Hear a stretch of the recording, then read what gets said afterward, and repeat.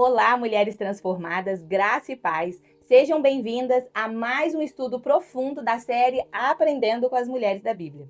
Eu sou a Lena Carati, terapeuta cristã e mentora de mulheres transformadas. E hoje nós não vamos falar de uma mulher famosa no nome, nem de uma rainha, nem de uma profetisa reconhecida publicamente. Hoje nós vamos aprender com uma mulher conhecida apenas como uma mulher sunamita. Uma mulher sem nome registrado, mas com uma fé madura, uma espiritualidade prática e uma postura que nos ensina como agir quando confiamos em Deus, mesmo sem entender o que Ele está fazendo na nossa vida. A mulher sunamita aparece na Bíblia em 2 Reis 4, do versículo 8 ao 37, e volta a reaparecer novamente em 2 Reis 8, do versículo 1 ao 6. Os acontecimentos se passam por volta do século 9 a.C., durante o ministério do profeta Eliseu, que foi discípulo direto de Elias. Estamos aqui no reino do norte de Israel, em um tempo espiritualmente instável, marcado por idolatria, crises políticas e afastamento do povo da aliança com Deus. E é nesse cenário que Deus levanta uma mulher, não para pregar em público, mas para nos ensinar com a vida o que é maturidade, perseverança e fé com raiz. Sunem era uma cidade localizada na região de Isacar, no Vale de Jezreel, uma região fértil, estratégica, importante economicamente e no caminho de rotas de passagem. A Bíblia nos diz que essa mulher era uma mulher importante. Sucedeu também um dia que, indo Eliseu a Sunem, havia ali uma mulher importante, a qual o constrangeu a comer pão. A ideia do texto é de uma mulher de posses, influência e respeito social. Ela não era pobre, ela não era invisível, mas mesmo tendo recursos, ela entendeu algo essencial. Presença de Deus não se compra, se cultiva. A primeira marca dessa mulher é a hospitalidade espiritual. Ela observa Eliseu e discerne. Disse ela a seu marido: eis que tenho observado que este é um santo homem de Deus, que passa sempre por nós. Ela não ouviu uma profecia para crer. Ela não precisou de um evento para servir. Ela discerniu pelo convívio. Maturidade espiritual não grita, ela discerne. E então ela faz algo exatamente intencional. Preste atenção, intencional. Façamos-lhes, pois, um pequeno quarto, e ali ponhamos uma cama, uma mesa, uma cadeira e um candeeiro. E isso aqui é profundo. Ela não está apenas arrumando um quartinho, ela está criando um lugar de permanência para ele. E esses 4 itens carregam um símbolo lindo. A cama, descanso, refúgio, cuidado. Mesa, alimento, comunhão, palavra. Cadeira, lugar, posição, estabilidade. Candeeiro, luz, direção, revelação. Ela não oferece luxo, ela oferece constância, ela oferece abrigo, ela abre espaço para a presença de Deus permanecer na casa dela. Você está entendendo, mulher? Eliseu decide abençoá-la. Que se há de fazer por ti? Há alguma coisa que se deva falar por ti ao rei ou ao comandante do exército? E a resposta dela é uma das mais maduras da Bíblia. Habito no meio do meu povo. Ela não pede status. Ela não pede influência política. Ela não pede favor de gente grande. Ela revela uma mulher inteira, firme, com identidade, sem carência emocional disfarçada de espiritualidade, sabe? Mas havia uma dor silenciosa. O texto mostra que ela não tinha filhos e o marido já era velho. E disse Geazi: ora, ela não tem filho e o seu marido é velho. Então Eliseu libera uma promessa. Aí observe isso. Ela não pediu, ela não forçou, ela não manipulou. A promessa nasce da graça de Deus, não da nossa ansiedade humana. Por este tempo determinado, daqui 1 ano, abraçarás um filho. E a resposta dela é forte. Não mintas a tua serva, ó homem de Deus. Isso não é deboche.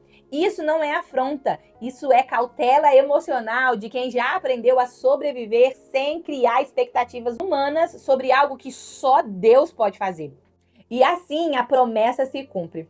E concebeu a mulher e teve um filho. Agora, preste atenção. A história não para no milagre do nascimento. Ela vai para o lugar mais difícil, a prova da promessa. Anos depois, o menino sai para o campo com o pai, passa mal e morre. E disse a seu pai: ai, a minha cabeça. E o menino esteve sobre os seus joelhos até ao meio-dia e morreu. E aqui a mulher sunamita nos dá uma aula de fé madura. Ela não se desespera publicamente. Ela não faz espetáculo. Ela não transforma a dor dela em confusão. E ela subiu e o deitou sobre a cama do homem de Deus e fechou a porta e saiu. Olha a profundidade disso. Ela coloca o filho no lugar que simbolizava a presença de Deus na casa dela. Ela devolve a promessa à fonte. Depois disso, ela chama o marido e pede um servo e uma jumenta e diz: deixe-me ir correndo ao homem de Deus e voltarei. E ela vai direto falar com quem realmente podia ajudar a resolver aquela situação. E quando perguntam para ela se estava tudo bem, olha o que ela responde: vai tudo bem. Isso aqui é muito profundo. Ela não está dizendo não aconteceu nada. Ela está dizendo: eu não vou conversar sobre isso com qualquer pessoa. Você está entendendo isso, mulher? Ela escolhe o lugar certo para levar a sua dor. Ela vai direto para o profeta. Por quê? Eliseu foi um instrumento que anunciou a promessa para ela. Nós vimos isso em 2 Reis 4,16. Eliseu representava a direção espiritual de Deus naquele tempo. Ela sabia que o milagre não era sobre o menino, era sobre o Deus que visita a sua casa. Ela não corre para o povo, ela não corre para contar para todo mundo, ela corre para a referência espiritual que ela tinha. E olha o que acontece no caminho.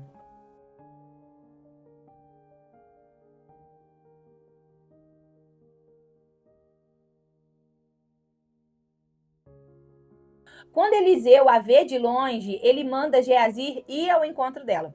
Vai agora ao encontro dela e diz-lhe: vai bem contigo? Vai bem com o teu marido? Vai bem com o teu filho? E ela responde: vai bem. Por que ela responde assim? Porque Geazi não era o profeta. Geazi era um servo. Nem toda pessoa tem autoridade espiritual e maturidade espiritual para receber a sua dor. Tem coisas que você não resolve com conversa. Você resolve com direção. Tem dor que não pede opinião, pede altar. Tá entendendo? E quando ela chega até Eliseu, aí a postura muda. Chegando ela ao homem de Deus ao monte, pegou-lhe nos pés. Geazi tenta afastá-la, mas Eliseu diz: deixa, porque a sua alma está em amargura. E o Senhor mo encobriu e não mo manifestou. Olha isso aqui. Até Eliseu reconhece: Deus não me revelou. E isso nos ensina que nem todo servo de Deus sabe tudo, mas Deus sempre sabe. E Deus sempre vê. Então ela finalmente fala, e fala com verdade. Pedi eu a meu senhor algum filho? Não disse eu, não me enganes? Ela não faz discurso, ela não se vitimiza. É como se ela dissesse: por que Deus me deu isso se era para eu perder? Por que me permitiu abraçar se era para me tirar depois? É a dor que muita mulher vive hoje. Quando Deus entrega algo e depois parece que Ele mesmo permitiu a perda. Não entendemos no começo, mas Deus sempre tem um propósito maior. Eliseu então envia Geazi com um bordão. Cinge os teus lombos e vai, e porás o meu bordão sobre o rosto do menino. Mas a mulher sunamita diz algo decisivo. Viva o Senhor e vive a tua alma, que te não deixareis. Ela não aceita meia solução. Ela não aceita um envio. Ela quer presença. Ela quer presença.